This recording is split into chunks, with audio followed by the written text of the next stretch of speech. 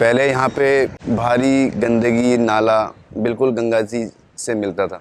इस प्लांट बनने के बाद ज़्यादा से ज़्यादा सफाई करी गई है। 3-4 सालों में गंगा का प्रदूषण काफ़ी कम हुआ है, खासकर ऋषिकेश और हरिद्वार वाले इलाके में।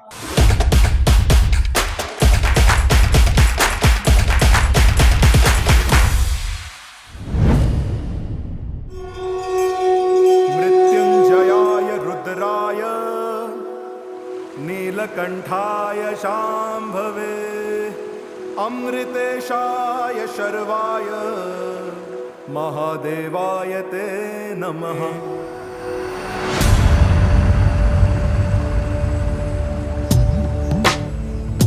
गंगा सिर्फ एक नदी नहीं, ये संस्कृतियों और संस्कारों का अभयपुंज भी है। इसके किनारों पर सभ्यताओं ने जन्म लिया है, तो इसी के पवित्र घाटों पर लोगों की श्रद्धा ने आस्था की डुबकी लगाई है। सनातन संस्कृति में गंगा नदी को देवी का जीवंत स्वरूप माना है। आस्थावान लोग इन्हें मां गंगा कहकर पुकारते हैं। हिमालय के धवल शिखरों से प्रचंड वेग से बहती मां गंगा ऋषिकेश और हरिद्वार तक आते आते कलरव करती शांत जलधारा बन जाती हैं। साल 2023 में हरिद्वार में हर की पौड़ी से 4 करोड़ से ज्यादा कांवड़ियों ने जल भरा था, जबकि उसी साल कांवड़ यात्रा के अलावा साल के अलग अलग समय यहाँ 1.5 करोड़ से ज्यादा श्रद्धालु पहुंचे थे। ऐसे में मां गंगा की स्वच्छता और उन्हें पावन बनाए रखने की आवश्यकता महसूस की गई।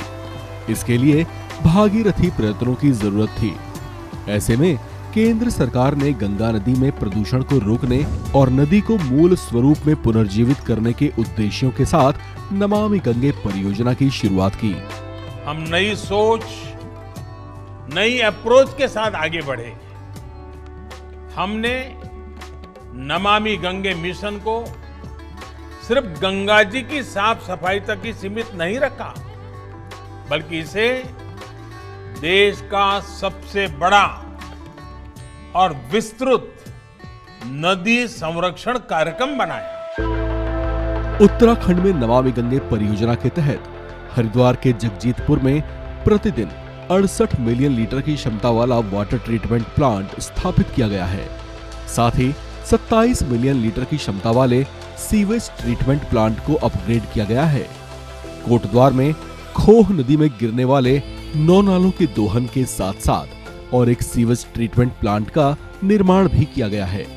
वहीं हरिद्वार के सराय में 18 मिलियन लीटर क्षमता वाला वाटर ट्रीटमेंट प्लांट, चोरपानी में 5 मिलियन लीटर क्षमता वाला वाटर ट्रीटमेंट प्लांट, बद्रीनाथ में 1 मिलियन लीटर और 0.01 मिलियन लीटर क्षमता वाले 2 वाटर ट्रीटमेंट प्लांट के साथ साथ ऋषिकेश के चंदेश्वर नगर में सीवेज ट्रीटमेंट प्लांट, लक्कड़घाट में 26 मिलियन लीटर क्षमता और मुनि की रेती में 7.5 मिलियन लीटर की क्षमता वाले वाटर ट्रीटमेंट प्लांट स्थापित किए गए हैं।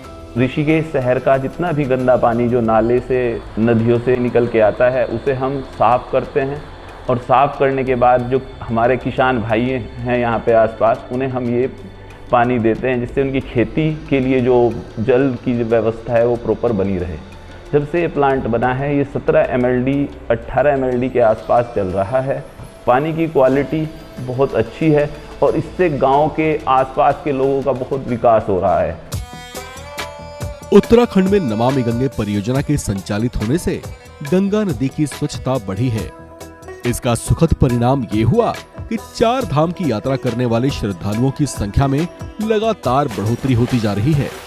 2021 में कोरोना काल का प्रभाव रहने के बावजूद 4 धाम की यात्रा पर 5.18 लाख श्रद्धालु पहुंचे थे। वहीं 2022 में 46,27,000 श्रद्धालुओं ने 4 धाम की यात्रा की थी। यह आंकड़ा 2023 में बढ़कर रिकॉर्ड 55 लाख के भी पार पहुंच गया था। ये आंकड़े दर्शाते हैं कि नमामि गंगे परियोजना के सार्थक परिणाम स्वरूप उत्तराखंड में टूरिज्म इंडस्ट्री को बढ़ावा मिला है। नमामि गंगे प्रोजेक्ट की वजह से थोड़ा पानी का जो जल स्तर है बिल्कुल साफ हो गया है। ठीक है, जहाँ लोग बाग इधर उधर गंदगी फैला देते थे, अब इसमें दूषित पानी को फिर से फिल्टराइजेशन किया जा रहा है।